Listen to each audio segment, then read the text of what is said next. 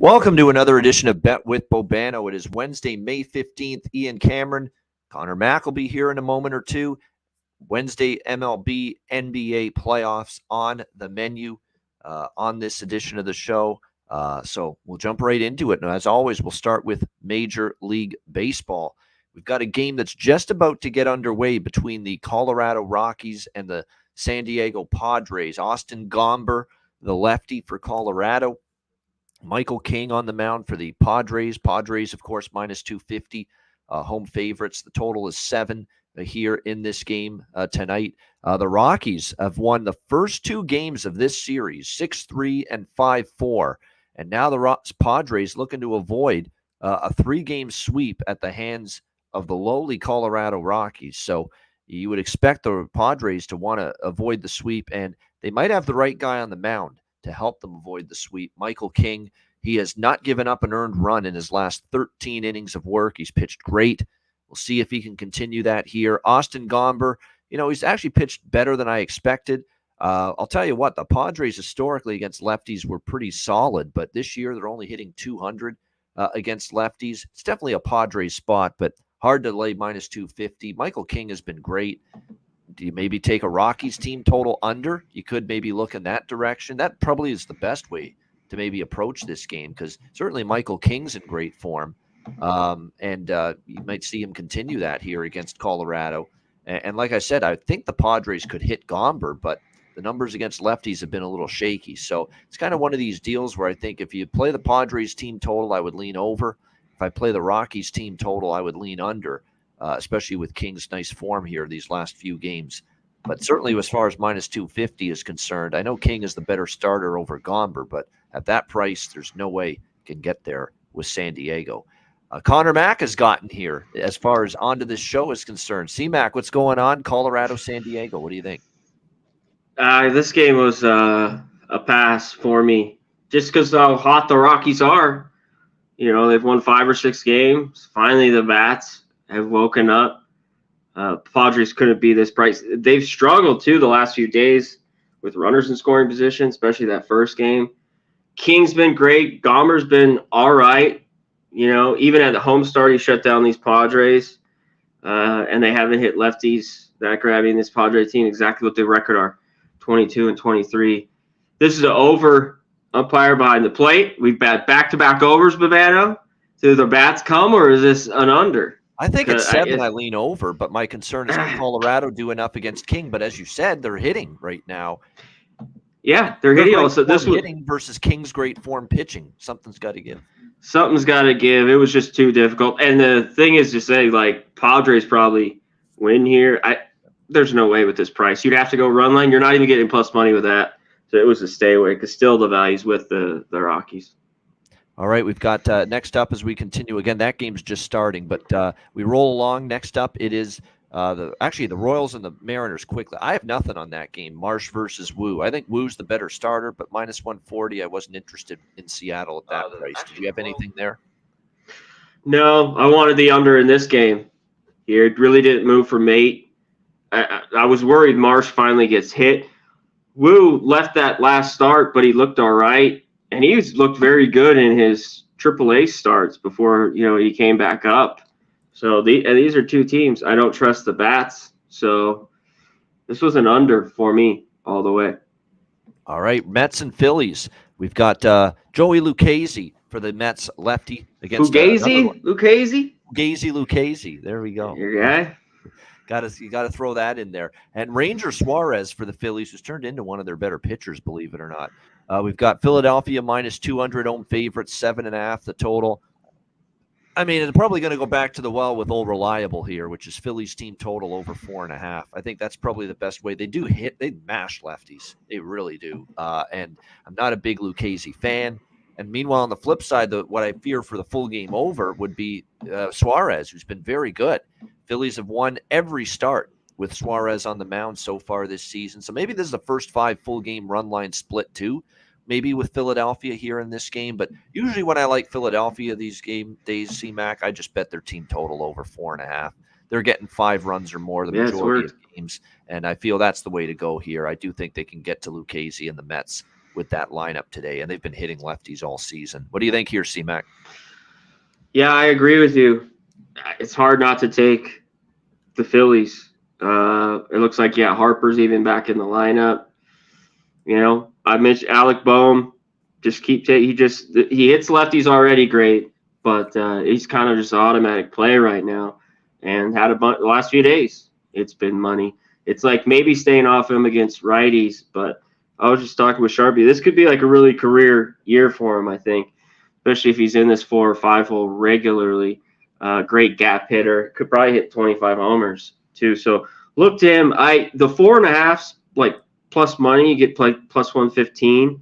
Maybe go with the 4. Just in case there is 4 runs. And this Suarez is just, man, lights out. Like, guy's got pretty good stuff, but not 7-0, 1.5 ERA. Bobano, but that's how good he's looked. It's cold. It's like 55 degrees, rain, wind's blowing straight in. Does that matter? This total is low. We'll see. But I agree with you here. Phillies bats or nothing. They've been very good, no doubt. All right, next up we got Rays and Red Sox. Taj Bradley for the Rays, Tanner Houck for Boston. Red Sox minus 135, home favorites, 8 the total. I kind of lean to Boston again here. Great win for them last night, walk-off style against the Rays. Houck I trust a little more than Bradley, quite honestly. And the thing that concerns me about Bradley, we know he can have good stuff. He's got a decent arm. But, reining it in and harnessing it has been an issue. Bradley, I want to point out that he has a 6.55 xERA. It's concerning. He's given up a lot of hard hit contact. That definitely worries me about backing him, particularly right now for the Tampa Bay Rays. Surprisingly, the Boston bullpen's been a little bit better than Tampa's so far this season. And meanwhile, Tanner Houck, I think when you look at it, he's a serviceable, capable pitcher. He's going to be one of those guys who'll give you maybe usually 5 innings, 6 maybe at times, and give up 2 runs, 3 runs, give your team a chance. He's that kind of guy more often than not for the Red Sox. So probably lean to Boston here, minus 135 in this one. What do you think, Connor? Yeah, I'm going to go the other way here with the Rays. I'm going off a ton of the success they've had off Houck, and I like him a lot.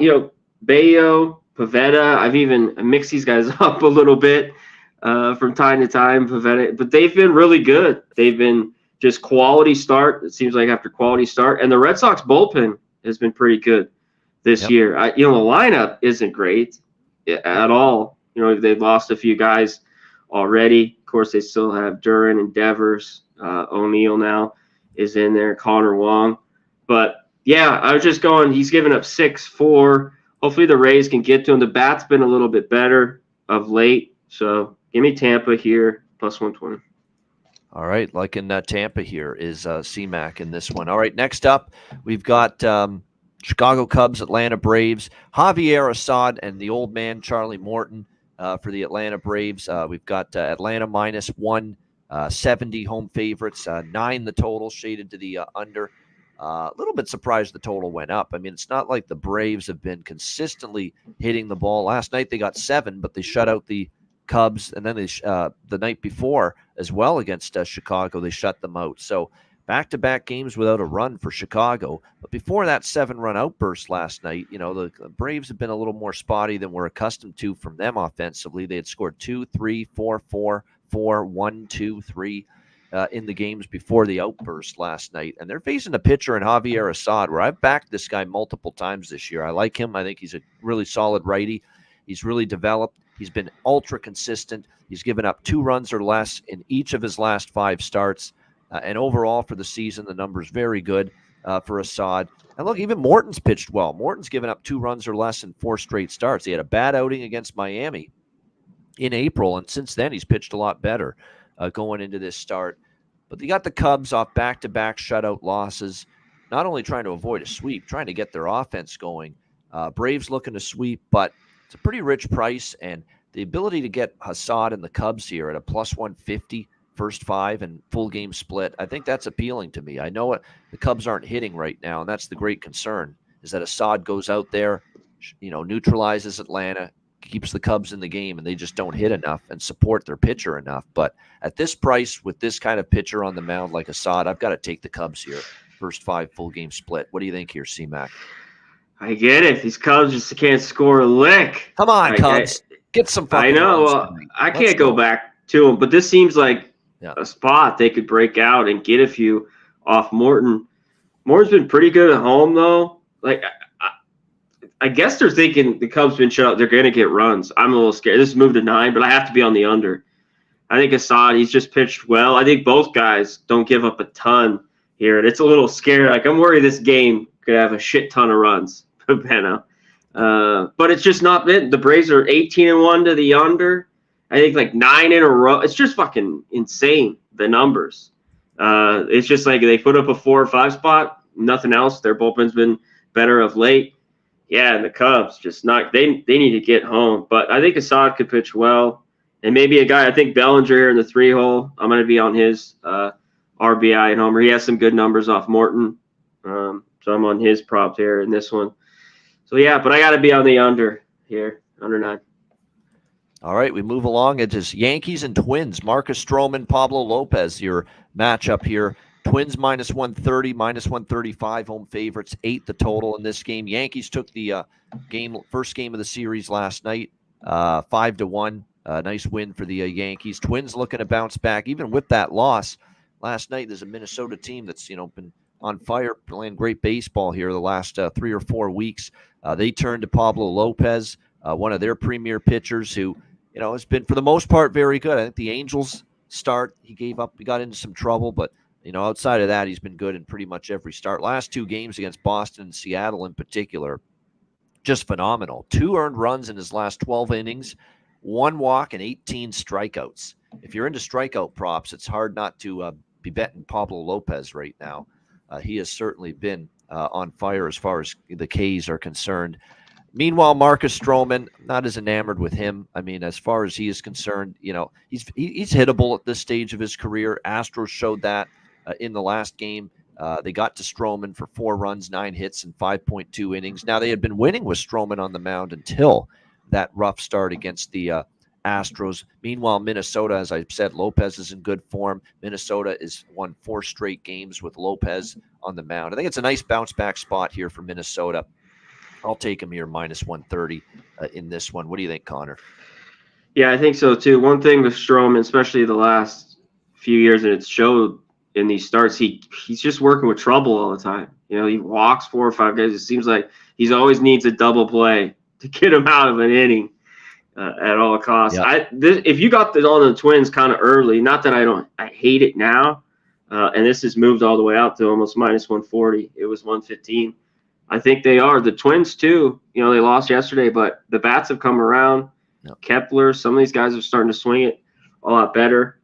Correa, there's some good numbers. One stood out for the Yankees, though. Juan Soto has been red hot. Not the best the last few days, but 10 for 27 off Pablo. He's seen a ton of them, 3 doubles, 3 bombs. So I got a little Juan Soto on here, too.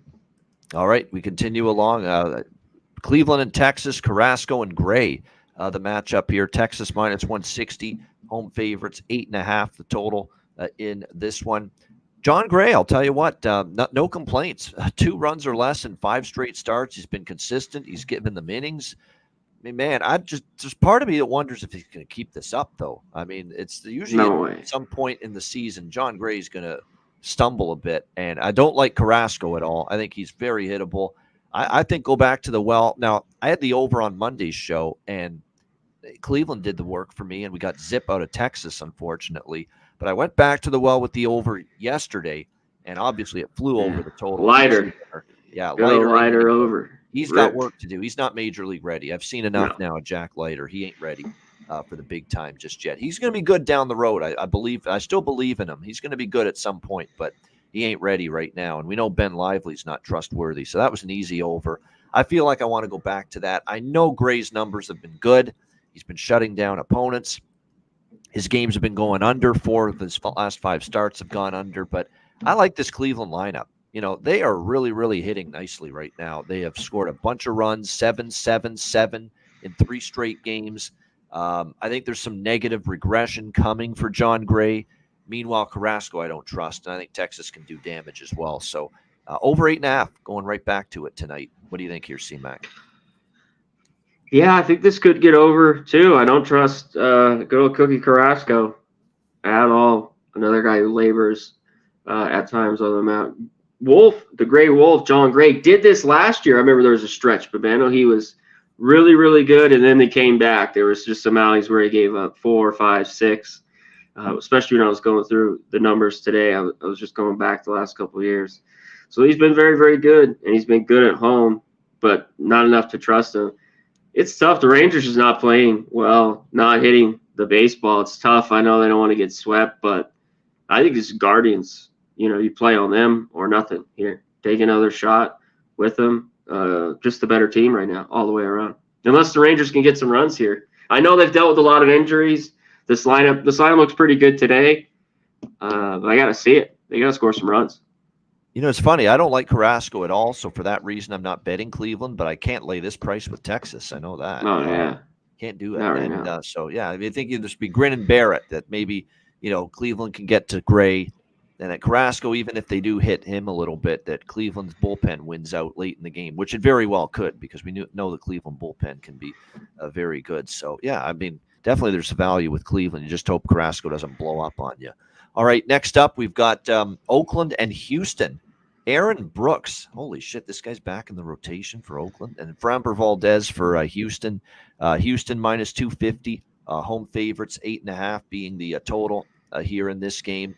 When you look at this, now Aaron Brooks, this is someone that's been basically in the major leagues for the better part of since 2014. He was with Kansas City. He had a stint with Oakland previously. And then he got bounced around. He went 5 to years ago. He went to St. This guy stinks at the major league level historically. Terrible. He has not had a single season, C-Mac, in Major League Baseball with an ERA below 5. Not one. Not one season below a 5 ERA. 5.01, 6.23, 6.71, 6.18. How about that sparkling in 5 games last year or 2 years ago with St. Louis, 7.71 ERA that he had, Aaron Brooks. Yeah, just awful. Awful numbers. To me, it's hard to think that Houston won't, get to this guy and crack him a little bit for some runs here in this game against this A's team. And the Astros lineup is starting to rev up. I could see that continuing here. First start of the season, 6.55 ERA career ERA in the major leagues. 6.55 ERA. Look at his starts in AAA Las Vegas this year. Yeah. 1-6, 4.57 ERA in AAA this year before this start for Aaron Brooks. So it feels too easy, but how do you not like runs, and especially Houston runs in this game? But then you flip it around to Framber, 5.10 ERA for him this season. He hasn't been spectacular. He's actually given up 7 runs in the last 2 starts he's made against Oakland. Against Oakland. So he's kind of struggled, believe it or not, with the A's, in his last 2 starts against them. Meanwhile, Brooks in his history against Houston, his ERA is like 7.9. Historical ERA for Brooks against the Astros. So this is the Connor Mack over for me when it comes to Oakland and Houston.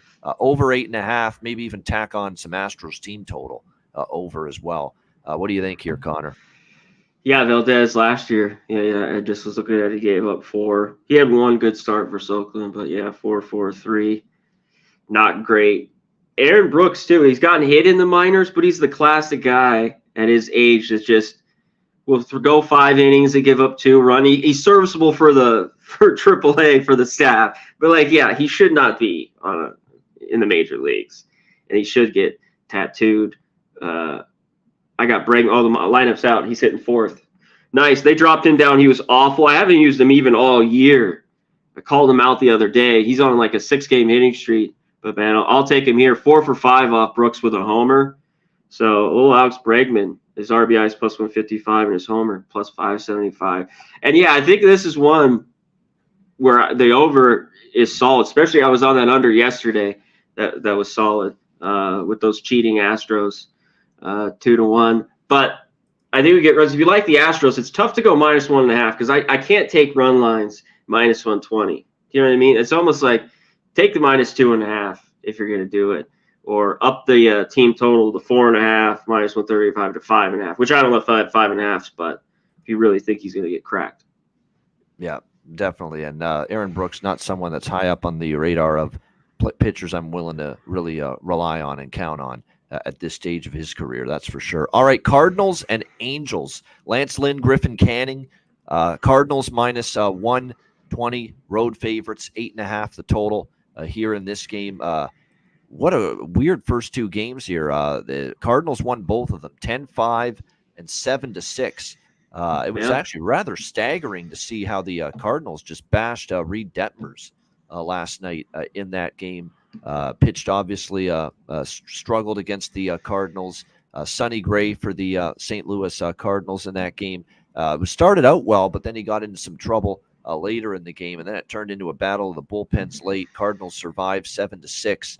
Lance Lynn has not been good. The Bulldog has been roughed up here, back-to-back games. He's given up 10 runs in his last 9.2 innings against the White Sox and the Brewers. Crushed Lance Lynn in both of those games. To me, I would lean Angels a little bit here, quite honestly. And I get it. You got to lay down with a fucking horrific team. I get it. They're only 15 and 28. They're terrible. They're 5 and 16 at home, and that's pretty bad too. And they've lost the first two games, and they have a pathetic bullpen. I get it. I get all of Yeah. those things for the Angels, but Lance Lynn's hittable right now. He's struggling, and if you actually flip it around to Griffin Canning, last two starts he's given up just 2 earned runs in his last 11.2 innings against Cleveland, who's a pretty decent lineup this year, and then Kansas City shut him out in 5.2 innings. You at least have to look at a first 5 maybe here with the LA Angels, I think, in this game. Stay out of the bullpen because you can't trust them at this point. Why would you? I'm just looking at the updated numbers. LA Angels bullpen, 5.21 ERA on the season. Not good They're at all. horrible. Horrible. So I would actually lean to another high scoring over a little bit because even if Canning pitches well, which I think he might, they could do damage against Lynn, and the bullpens on both sides can be a little spotty. So over 8, I would lean, but I do think the Angels are worth a look here at this spot. Small home dogs, especially first 5, and maybe that's all you touch is the first 5 with just how that bullpen is right now. It's a gas can waiting to happen. That LA Angels bullpen. So I think the Angels' first 5 at least is worth a look here, worth a bet. What do you think here, C-Mac?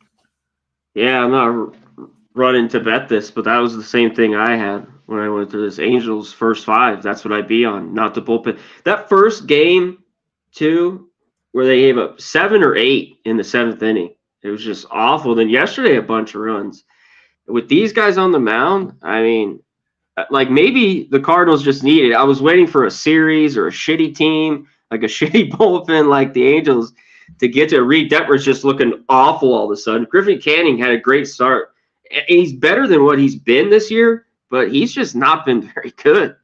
You know what I mean? I thought he'd look a lot better, and he's been awful. 1-4 with almost a 6 ERA. So, yeah, I think this game could get over. It's tough to trust these lineups. I'm still like, as soon as I'm going to bet this over here tonight, man, it's going to be 3-1 fucking game.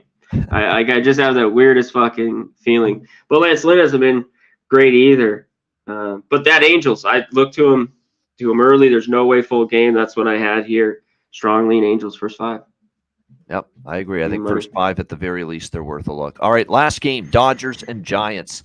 It looks like we've got. Do we have a starter yet for the Dodgers? But we have a Logan Webb confirmed here for the San Francisco Giants here in this matchup. I believe for the Dodgers, last I checked, it was going to be Ryan Yarbrough. I think they'll have an opener than him. Yeah, and most likely. Yeah. Yeah, and then Yarbrough after that. So it's going to be a bullpen by committee type of day here for the Dodgers. Minus 145 or minus 140, I should say. Dodgers road favorites, 7.5, 8 the total in this one. I mean, I think it's low enough you could look over. I mean, 7.5s, with the Dodgers. I'm never interested in rushing to bet an under with a Dodgers game at 7.5.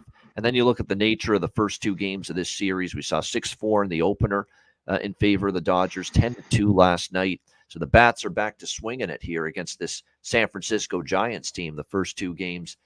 Logan Webb's the question. Can Logan Webb neutralize the Dodgers? Because Logan Webb is one of their better pitchers, but he has not been as shut down the last few. He got roughed up by Boston, roughed up by Philadelphia, labored a little bit with Cincinnati in his last start. And if you look at the track record against the Dodgers, 3 starts against them, and you look at the total track record, 16.2 innings, and Logan Webb's given up, it looks like 5, 7, 11 runs in 16 innings. So he hasn't been shutting down this Dodgers lineup from what we've seen in his last 3 starts against them. So you would expect the Dodgers have a reasonable chance to be able to get their offense going. And I think the Giants might be able to as well, because it's just going to be bullpen arms by committee with an opener type of a game here for the Dodgers. So 7.5, I could only look over here. What do you think, Connor? Rockies 1-0. Yeah, it's gonna be probably just Yarbrough there for 2 or 3 innings in the middle. That first game, I thought there would be runs, but yesterday, they scored a bunch in the ninth. It was 6-1. I had the under and over. Bunch of runs late. With Webb, he's had some just shut this team down, and he's got cracked by the Dodgers. Even at home, most of it he gets banged up is in LA. But he's even had a few when I've gone through all his numbers and remember, he's given up 6, 5 a couple times at home. They just own him. Freddie Freeman, Mookie Betts really own his ass. And there's a few others. Muncie's pretty good. Will Smith down the line. So, and this seems light. I think they think he's going to pitch well tonight. But how do you not? The Dodgers' way they're swinging the bats right now. I mean, just not to take him. I'm like, man, this may be the perfect spot for San Francisco. And I'm just like, I can't do it. Like give me plus maybe 200, and you got me thinking they wouldn't do that with Logan Webb, but yeah, I can't do it. So this is just a pass for me. Watch. All right, that's MLB. Let's go to NBA playoffs. 2 more games tonight. We start with Boston and Cleveland. Is this the end of this series? Hopefully, mercifully, it is. 3-0 Rockies. Wow. How about that? Yeah. Big double. Brenton Doyle there with a 2-run double just now for the Rockies. Slinging it. Nothing. And Michael King has 2 shutout starts in a row. And he's unbelievable, or he has gotten ripped. Yeah. In those starts. Goes back to when he was with the Yankees, too. Yep. Yeah. Especially when he's not – he was just so much better, I thought, as a reliever that you could use even for more than an inning. I don't know if he's a full-time starter. Yeah. Yeah, this is a nightmare series for the Padres. Rockies, who have had this terrible season, terrible road record. They've ripped into Petco and won the first 2, and now they're up 3-0 early here in the top of the second. Hottest team, the Rockies. How are they feeling? I haven't been enough on Donnie Orsillo and the Mudcat. Mark Grant feeling right now. The booth. I know. Yikes. I'm kicking myself like shit. Goodness. Yeah. Oh boy, not a good start there for them. I love those guys though. They're one of the best broadcast teams in baseball to watch on television. Donnie Orsillo and the Mudcat, Mark Grant in San Diego. They do a great job. They're right up there with the Mets guys, Gary Cohen and Keith Hernandez and Ron Darling, and one of the better crews on television to watch, no doubt. Okay, Cavaliers and Celtics. I think the series is over tonight. It's just a question of whether what does Boston cover first quarter? Do they cover first half? Do they cover full game? I think for me, I don't know if I'm going to do much with this game, but I think if you're going to bet Boston first quarter, first half, that seems to be the better approach. I don't want to lay this many in a playoff game for the full game, though. So 16, 15.5, 16, that's just too many. But I don't know if I've got faith in Cleveland minus maybe Donovan Mitchell again to be able to extend the series, and Boston might be finally ready to end things. Keep in mind, though, Boston plays with their food sometimes. That is something that should worry you a little bit about this kind of a number, 16 points. Because you look at this Boston team, and again, like I said, without Mitchell in Game 4 in Cleveland, and they didn't cover the full game point spread. They just, they fucked around for a long time, and they didn't really put their foot on the throat of that Cleveland team. But as of right now, let's give you the updates on these key players for.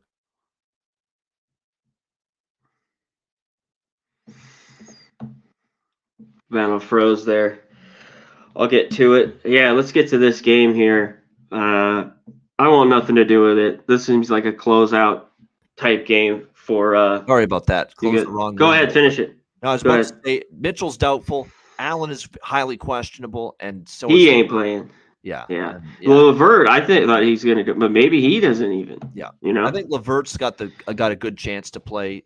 Allen's questionable, leaning to doubtful, and then we're not going to see Donovan. Donovan looks like he is definitely out for tonight. So that's the problem for Cleveland. Like I said, I don't love this game. I would lean Boston first quarter, first half, though. What do you think, Connor?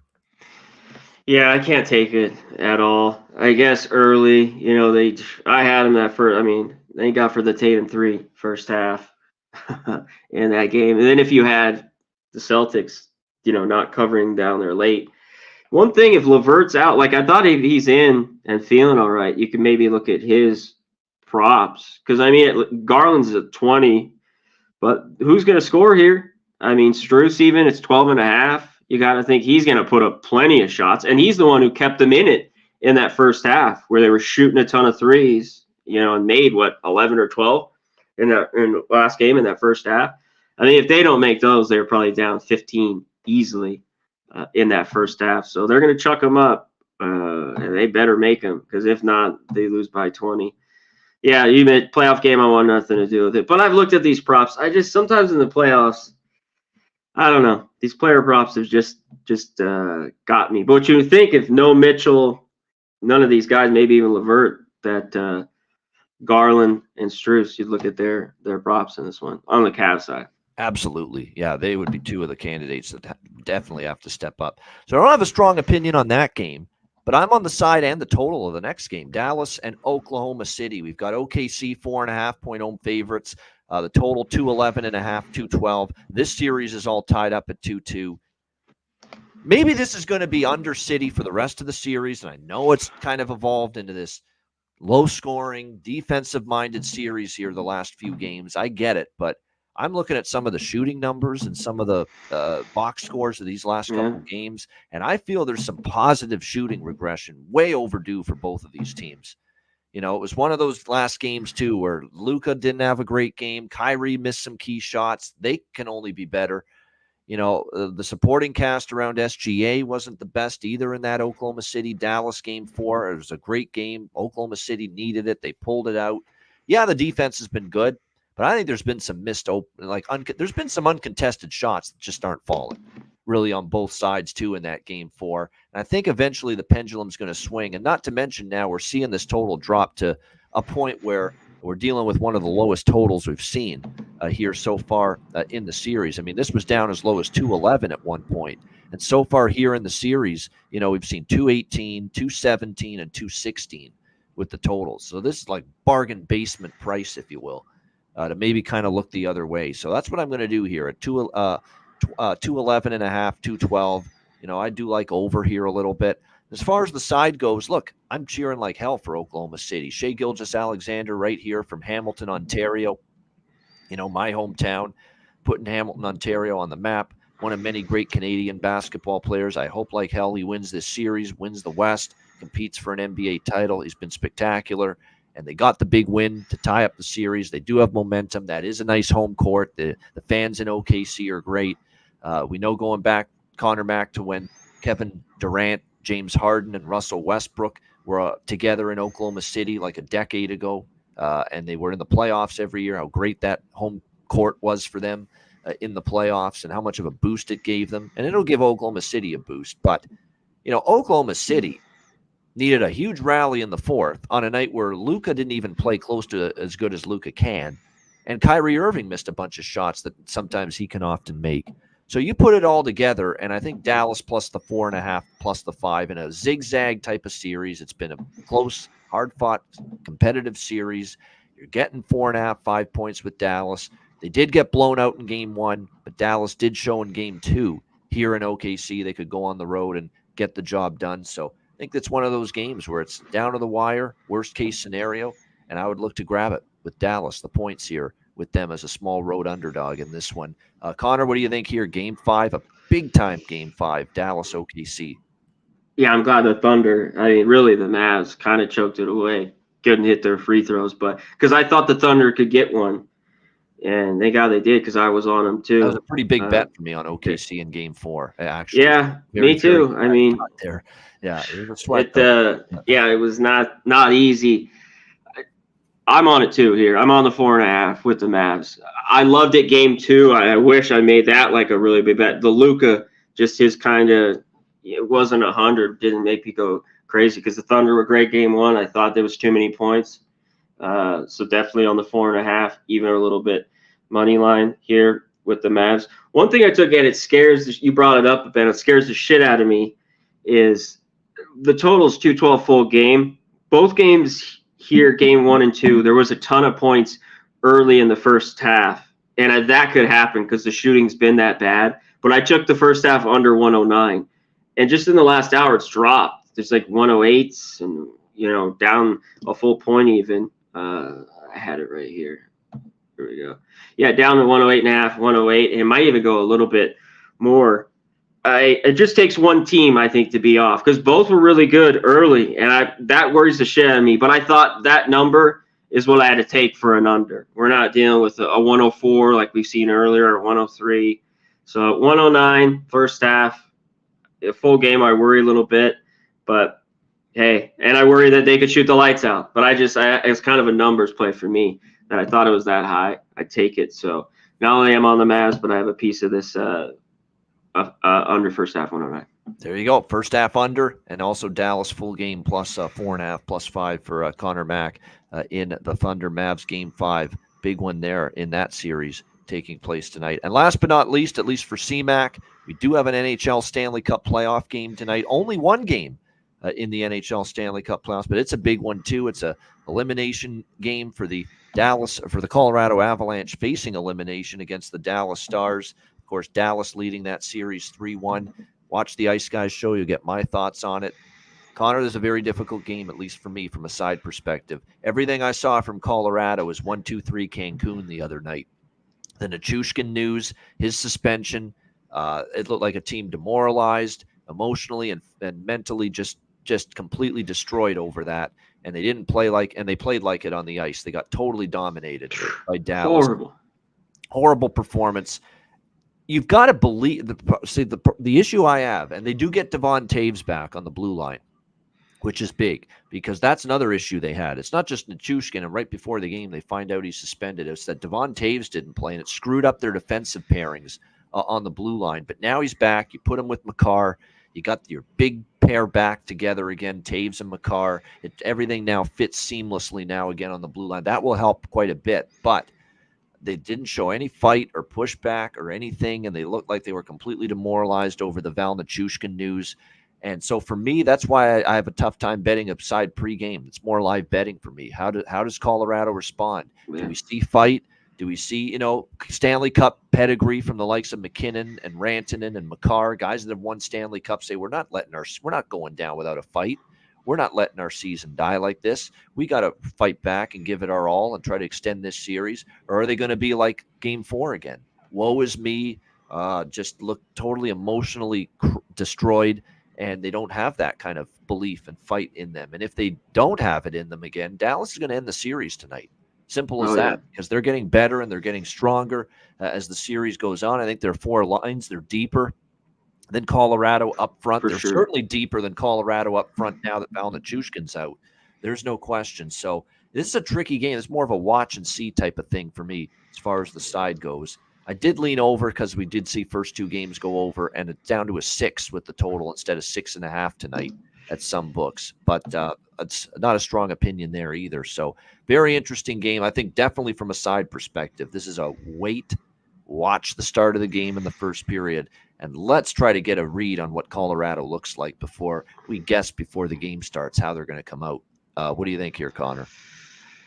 Yeah, everything you see those 2 games, which is at home, which was the worst because how great they are at home. It's just like, wow.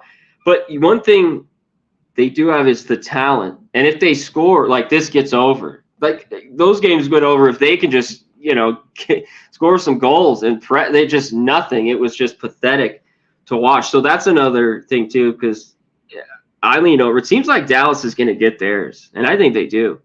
It's just that there's just been so many problems on the back end. Hopefully, Taves is a little bit helps things out for them. But yeah, they got to step up because I think the talent is there. But I don't buy it at all. I just don't. I got to see it too. Like I don't want to. This is one for me that I'm like, yeah, I'm just gonna watch and maybe make it. Like I don't really want, and I'm kind of like you. I lean over elimination game. Like have to do something to try to press and score some goals.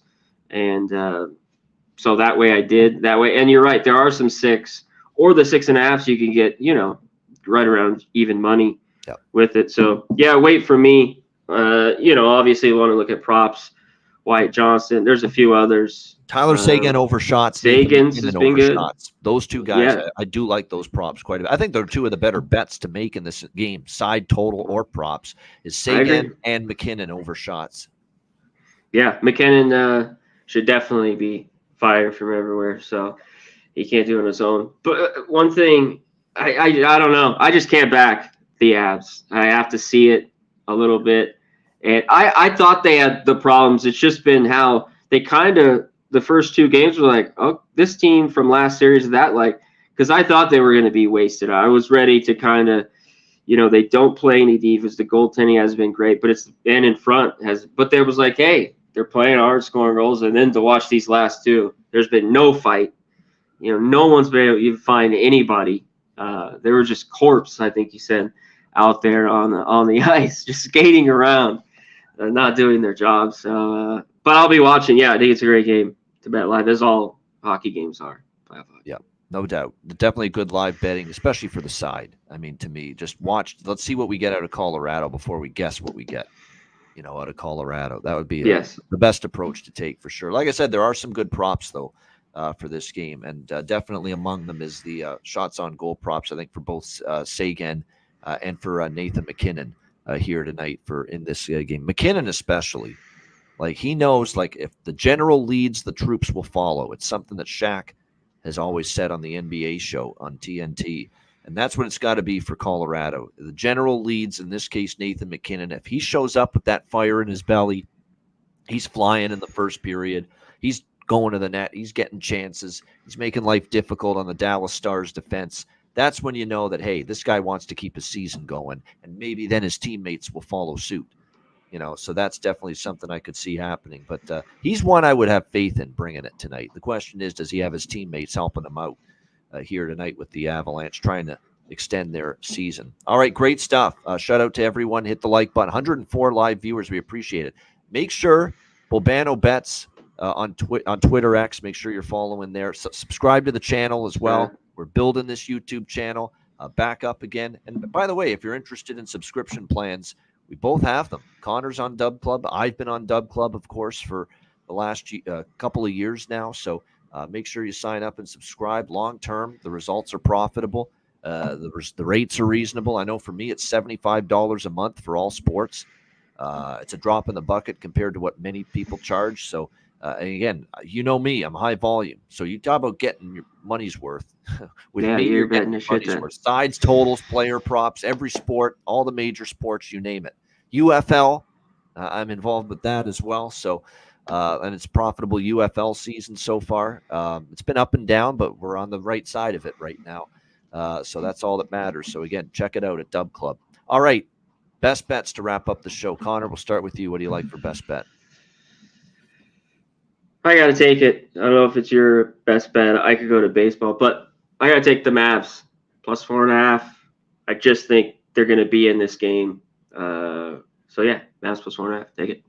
Yeah, and that's my NBA best bet too. But I'll give you an NBA and I'll give you. If not, I could go baseball. Okay. Oh, that's all right. You got a baseball.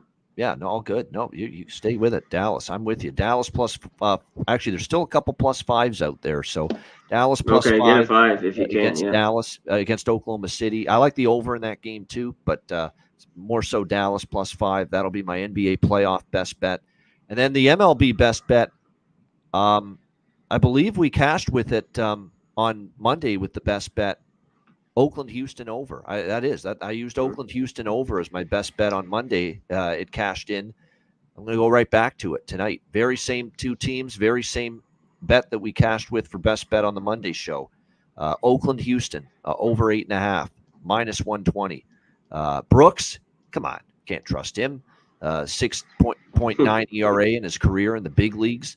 4.9 ERA down in AAA this season, like a 7 ERA against Houston in his career. Meanwhile, Valdez has been a little shaky too, so I think Oakland can do some damage. So yeah, clear over for me. Astros and A's over 8.5 for me with best bet here for this Wednesday edition of Bet with Bobano. Great stuff. Hit the like button on the way out. We'll be back next Monday, 4 p.m. Eastern, 1 p.m. Pacific, with another edition of Bet with Bobano. Thanks to everyone for tuning in. For Connor Mack, I'm Ian Cameron. Have a great Wednesday night. Enjoy the games and good luck. Bet like Tony Soprano. Bet with Bobano. And we will see you again next Monday for another edition of Bet with Bobano. Peace.